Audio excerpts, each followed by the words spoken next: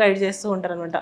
Primary leader, golden leader, 3 layers leaders ఉంటారనమాట. Primary, golden and diamond leaders అని ఉంటారు. వాళ్ళు కూడా సాల్వ్ చేయలేకపోతే గురువుగారికి డైరెక్ట్ క్వశ్చన్స్ చేయొచ్చు అనమాట పార్టిసిపెంట్. అంత హ్యాండ్ హోల్డింగ్ ఉంటుంది కూడా ఆకేశాలో. So amazing. ఒక్క గంటనే చేయడం, ఒక గంటనే మనం ఇవ్వడం అనేది ఈ రోజుల్లో లేదన్నప్పుడు రాత్రంతా కూడా ధ్యానానికి అలా నేను ఇచ్చేసాను అనమాట. సో అందులో జాయిన్ అయినాక నా లైఫ్ కంప్లీట్ టర్న్ తీసుకుందండి. ఎస్ అండి. వెరీ బ్యూటిఫుల్ క్వశ్చన్ అండి ఇది. అందరికీ కూడా ఉండే క్వశ్చన్. ఈ క్వశ్చన్ వల్ల ఎంతోమంది క్వశ్చన్స్ మైండ్లో ఉన్న ఇన్నర్లో ఉన్న ఒక క్వశ్చన్ అయితే సాల్వ్ అవుతుందండి. ఫస్ట్ కూర్చోగానే మన పైన అటాక్ చేసేది ఆలోచనలు కదా.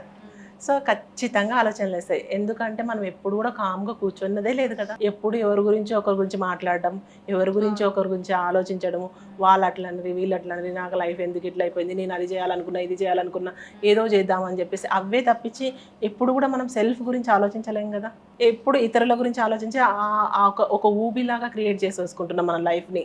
అసలు మనకు తెలియని విషయం ఏంటి అంటే మనకి ఎప్పుడో భగవద్గీతలో చెప్పారు, యద్భావం తద్భవతి. మన భావన ఎలా ఉంటే బయట బాహ్యం అలా ఉంటుంది. మీ లోపల మీ దృష్టి ఎలా ఉంటే మీ సృష్టి అలా ఉంటుంది అని. సో సింపుల్గా ఏంటి అంటే ధ్యానం చేస్తున్నప్పుడు ఆలోచనలు వస్తాయండి. ఆలోచనలు వచ్చినప్పుడు వాటిని గమనించి శ్వాస పైన ధ్యాస పెట్టాలి. ఇంకా బ్యూటిఫుల్ ఏంటి అంటే మన గురువుగారు ప్రబోధాచ్యుత గారు ఏం చేశారంటే ట్రైన్ యువర్ మైండ్, ఆలోచన రహిత స్థితి ఎలా తీసుకోవాలి. Train your mind course 5 days ఉంటుందండి. ఆ దాంట్లో ఆ 5 daysలలో ఆల్మోస్ట్ చాలామందికి ఆలోచన తగ్గిపోతాయి. Thoughtless status. ఈ గుడాకేశ ధ్యానం జాయిన్ అవ్వగానే మనకి ఒక 1 or 2 daysలోనే థాట్స్ అన్నీ రెడ్యూస్ అవుతాయి. ఎందుకంటే మీకు ఐడియా ఉండొచ్చు, రమణ మహర్షి ఆరాలోకి వెళ్ళినప్పుడు కూడా ఎంతోమంది థాట్లెస్ స్టేట్లో ఉండేవాళ్ళంట.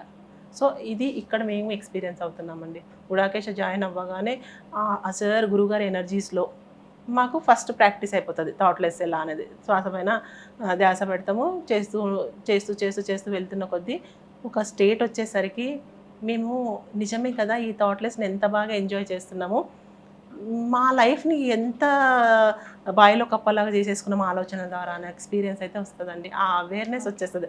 లైఫ్ని మనం ఎట్లా కాంప్లికేట్ చేసేసుకున్నాము ఇవన్నీ కూడా మనకు ధ్యానం చేస్తుంటే అవేర్నెస్ వచ్చి తర్వాత మళ్ళీ మనకి